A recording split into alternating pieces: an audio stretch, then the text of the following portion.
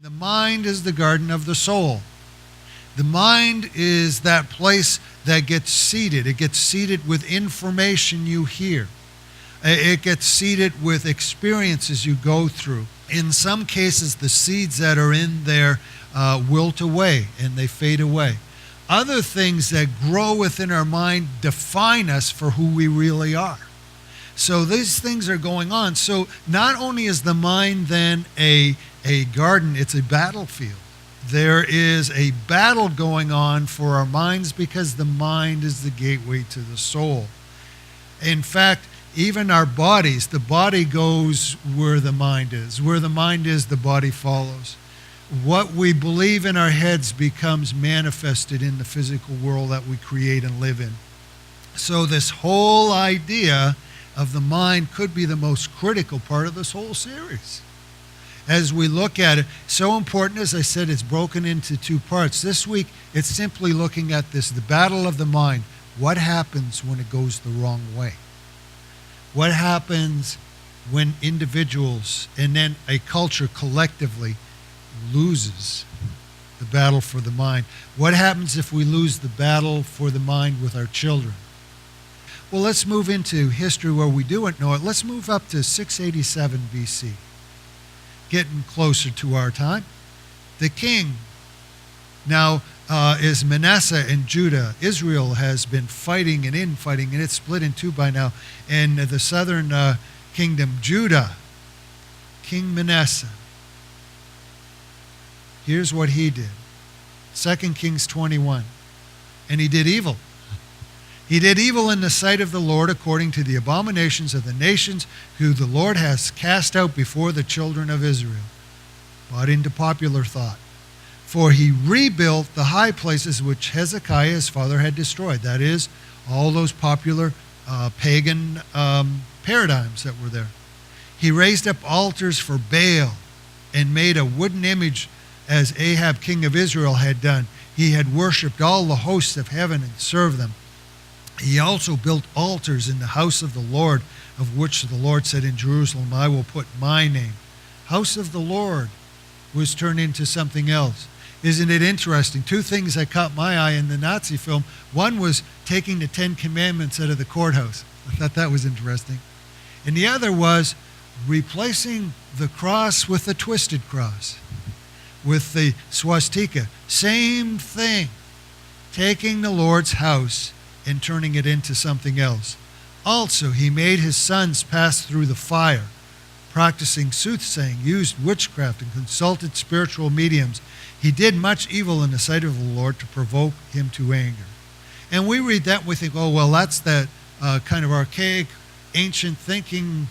They were given to that type of thing. But no, take it and look at the dynamics of what's going on. It starts all the same thing. The spiritual battle started in the mind. Manasseh expelled the authority of God. It started right there. Just like Eve, just like Hitler, expelled the authority of God and replaced it with his own human authority. The authority that was popular for his time. Well, his time was a little different. It wasn't the science of our day. It wasn't the politics of Hitler's day. In his day, it made a lot of sense. They believed there were lots and lots of gods and deities over everything. Almost, this is what separates Christianity from everything else, in that, in our case, our God died for us. In this case, they died for their God. In our case, we follow the control of God. In this case, it's manipulating the divine forces for, guess what? The human to have control. Barter with the deities that be so you can get what you want. That's power. That's manipulating the power of the universe. And two of the favorites were these in the Semitic nations around there was Baal and Moloch. Baal and Moloch, just the rage of the day. Human thought says, if it works for someone else, it'll work for us. Let's try it. Whatever it is. If it works in the short term, great. Somebody's found a way to manipulate the divine cosmic forces. Let's give it a shot. Baal and Moloch seem to really be making things happen. Well, for you to have control is going to cost you a little bit. It's going to cost the lives of some children, some sacrifices. Well, is that really too heavy a cost for us to get control? Let's do it. Well, you know what? If the kids are being sacrificed so we can have a powerful culture, then they're really kind of heroes, aren't they? They're sacrificing themselves for us. So let's turn it into a celebration when we sacrifice our children. Wow, you can start building an intellectual pathway of rationalizing here, can't you? So in the Valley of Hinnom, just outside Jerusalem, a large brass statue of this god Moloch is made. He has the body of a man and the head of a bull. And his arms, in the height of this whole Baal Moloch worship thing, his arms are made outstretched like this, only with a slight downward incline. And there was a reason for that. You see, what would happen in the dark of night, and they would light up the fire pit at the bottom of this metal statue until it was raging. And then that raging fire would heat up Moloch until he was red hot. So then you would put the child on the outstretched arms. The child would, of course, writhe in pain, but the arms are sloped, so he would roll off the arms, or she would roll off the arms into the fire below. And it gave the illusion of a sacrifice that was voluntary.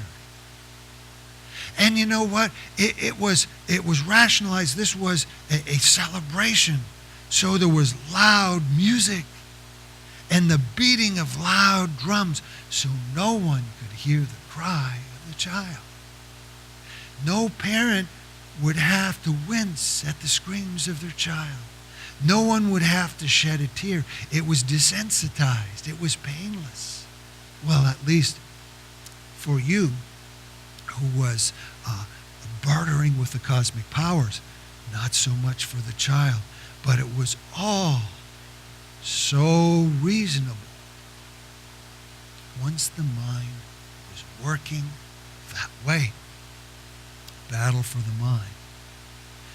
Later generations come along. God takes them to their senses, and they look at the horror that was done in this valley, and they give it a name. They call it Gehenna, because they say, this must be what hell looks like. The slaughter of the innocents. This is what happens when God is completely evicted from the human mind. It's a short trip. A short trip. See, the mind was lost, and the physical manifestation followed behind it very quickly, and that was unleashed on the world.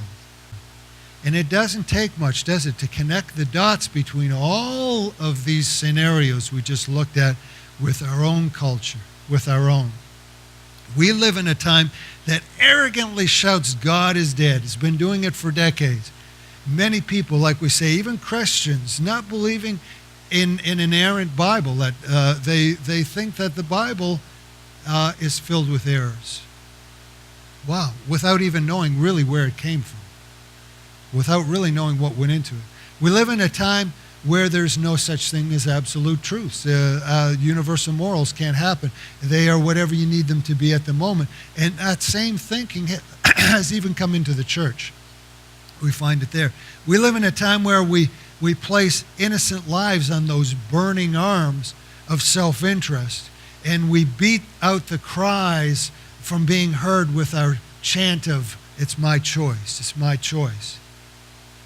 And we don't even wait for them to come out of the womb. We go in and get them. In a way, doesn't that make this culture worse than the makers of Gehenna? We now call a number of things wrong that other cultures said these things are right. And there are things in our culture today that we say are right that other cultures said are deeply wrong.